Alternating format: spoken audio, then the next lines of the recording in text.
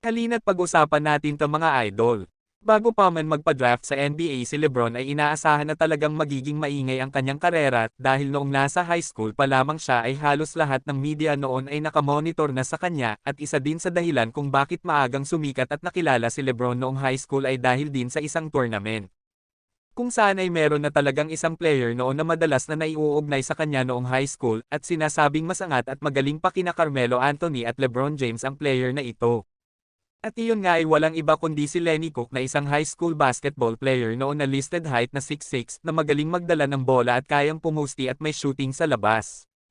Kaya naman ayon sa mga NBA scout noon na palaging nanunood tuwing may laro siya ay isa nga daw itong perfect player para sa isang team. At hindi rin nakapagtataka na noong taong 2001 ay si Lenny Cook ang naging number 1 high school prospect na pinakamagaling sa buong Amerika, mula sa kanyang average na 25 points, 10 rebounds, 2 steal, at 2 blocks per game bilang isang junior student. Habang sina LeBron James at Carmelo Anthony naman noon ay nasa likod niya lamang. At noong tumungtong na nga siya ng senior year mga idol dito ay mas lalong pang tumaas ang naitalang niyang puntos na umabot pa sa 31 points per game. Ngunit sa kabila ng kanyang magandang performance sa loob ng court ay iyon namang ikinabagsak niya pagdating sa academics, at 8 games lang siyang nakapaglaro sa noong senior year niya sa high school dahil sa mababang grado sa paaralan. At naging academically ineligible siya na ibig sabihin ay hindi na siya pwedeng maglaro sa koponan niya dahil nga sa hindi niya naipasa ang kanyang pag-aaral. Pero hindi ito naging hadlang sa pagkamit ng kanyang pangarap dahil patuloy ito na naglaro ng basketball sa mga pick-up games at tournament sa Amerika.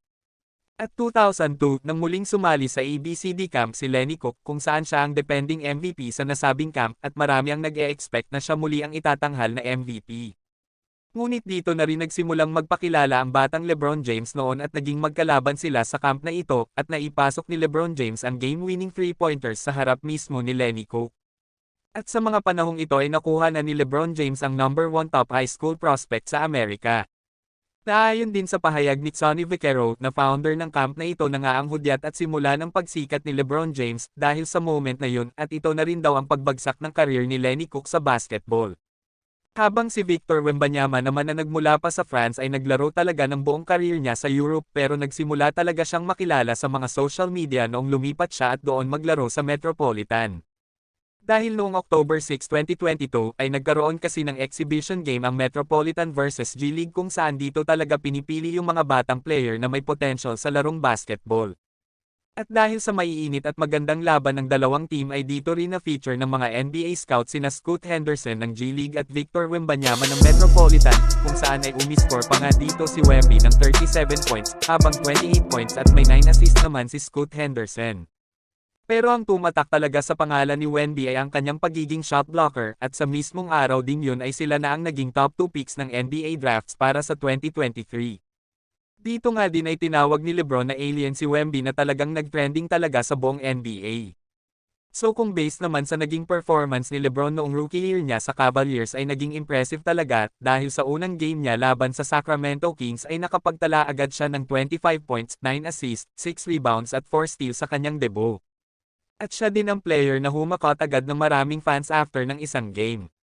At silipin naman natin ang naging debut game ni Wemby sa laban ng Spurs vs Dallas Mavericks mga idol, kung saan nga ay umiscore nga rin siya ng 15 points, 5 rebounds, 2 assists, 2 steal and 1 block at halos foul trouble na rin siya sa naging laban.